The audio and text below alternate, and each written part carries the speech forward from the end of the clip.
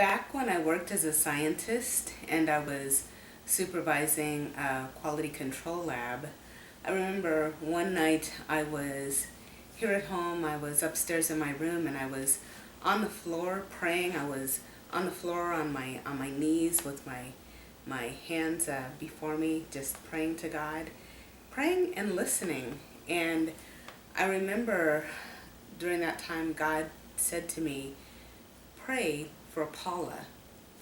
And the only Paula that I knew at the time was the wife of a man that I worked with, and it was a man that I didn't get along with.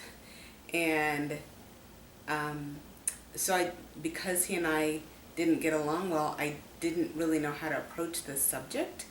And one, God said to pray for her, but I didn't know if I was actually supposed to have a conversation with him about what was going on with his wife.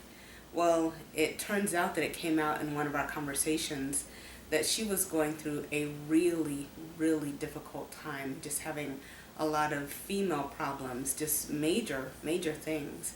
And so I understood why God asked me to pray for her.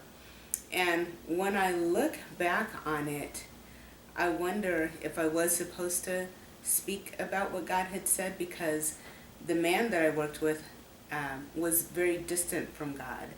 If I recall correctly, he was angry at God because his father had died, and he just didn't understand either why God would let that happen or how God could let that happen, and he just had a lot of things pent up inside him. But unfortunately, my relationship with him, at least I didn't think so, my relationship with him wasn't good enough for me to broach that subject.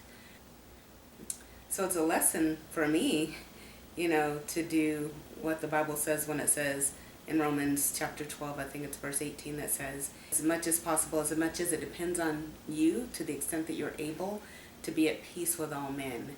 And so I definitely would do things over again if I had the opportunity, because that could have been a chance for me to talk to him about God and the fact that God cared about him and cared about his wife so much that God would prompt me to pray for her.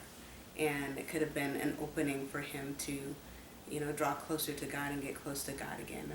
I regret the way things were. But again, it's just a reminder for me to be cautious and to be as gentle as possible and to work through conflict, work through tension, because you just never know what God is going to do in a person's life, and I want to be a conduit through which that happens, and not a barrier that is going to impede God's work. So hopefully it's helpful to you as well.